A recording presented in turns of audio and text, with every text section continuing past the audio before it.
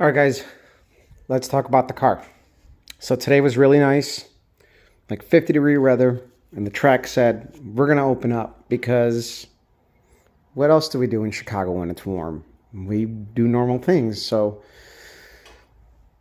the night before, I decided to say, screw it, we're going to go to the track. I had messed with the carburetor and jetted it and set it up and felt that it was going to be okay-ish to go. But I figured in the morning, I'm going to change distributor, go to the locked out timing unit, and go from there. Well, that didn't work out as good. I was fighting the distributor, the carburetor, the jetting, and it just kept getting worse and worse and worse as we kept going. So I finally hit like a brick wall, and the car just would not start. And I'm like, these plugs have got to be like dead. And they were totally fouled out. And I mean, soaked, fouled out, whatever, they weren't just like they had black soot. They were like completely fouled out and wet. So I came home. I needed fuel. I went through 5 gallons of fuel messing with this thing too. That's how much fuel I killed messing with it. And I decided to grab a set of spark plugs I had lying around here. And actually, they weren't even here. They were still at the shop. They were sitting on the engine run stand. So I blew them off. They were clean. And I stuck them on the engine. They were NGK 4s. I normally run 5s on there. After putting fresh spark plugs in it, the whole thing changed. And I'm like, okay, here we go. We're getting somewhere. And I managed to make it home, but it was still like breaking up at low speeds. And once you really got in it and you were in the high side of things, it seemed to run pretty fine. And it was really responsive. So there's still some tuning left, but I'm actually able to idle this thing in the garage, and it's not chasing me out, and it's not smoking at idle. It was smoking at idle. It was pretty bad. So there's a lot. I have to talk with the guy who originally built this carburetor, because it's the same guy who did the carburetor for my Cutlass. And hindsight's like 2020, my car ran good, but I think after all of the modifications, I think I actually need to revisit the jetting.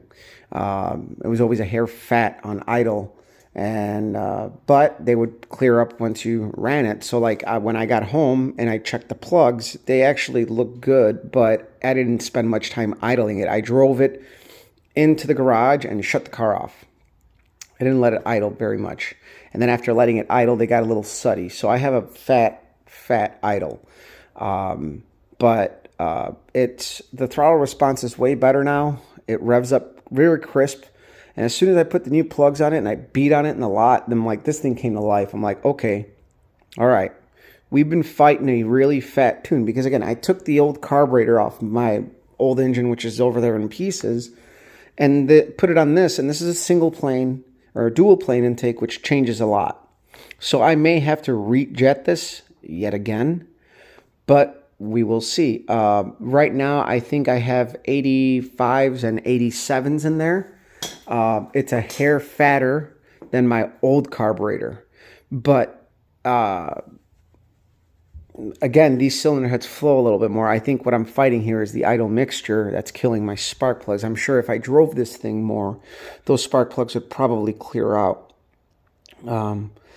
But this is probably one of the last nice days of the year. And I know what I'm getting into for next year. And it also explains a couple things. When we had the car out at the track, when we ran that 1158, this thing didn't want to idle. If you guys go back and watch the video, I'm like throttling it to just get it to idle at the staging, when I'm staging. And this thing did not want to cooperate. So this thing's probably going to run way faster once we get the tune dialed in. And my timing light also took a shit, so that doesn't help either. Made it very hard. It would sporadically work and then not work, so I need to get a new timing light. But I think this thing is headed in the right direction. Probably should change the oil because this thing's seen a lot of fuel. I mean, the oil level hasn't gone up, and the oil doesn't really stink like fuel, but just to be safe. But I think it was semi-successful. semi successful. I think I was fighting the fouled out plugs the entire time. And I think that's what I was fighting at the track too, was a really fat idle, because this thing was puffing at idle, and I'm like, man. And then after getting it here and with the fresh plugs and messing with the idle, it stopped puffing at idle, and I can run it, and I wasn't rushing to get out of the garage. It wasn't too overly fat. So I need to work on this. I need to talk to the carburetor builder and see what idle restrictor I need to put in there so that I can lean up my idle just a hair more. And unfortunately, my AFR gauge isn't working. So yeah, there's that. That sucks. That would have helped a lot today. But my AFR gauge is just no fucking good. I do not understand why. Whatever. I never used to have that issue with my O2 sensor, but it is what it is. So I'll leave you guys with that. I was looking forward to going to the track today, and it just didn't happen. But we did get a little bit more tuning done on this thing, and it does feel a lot stronger now. So there's that. I'll let you guys go.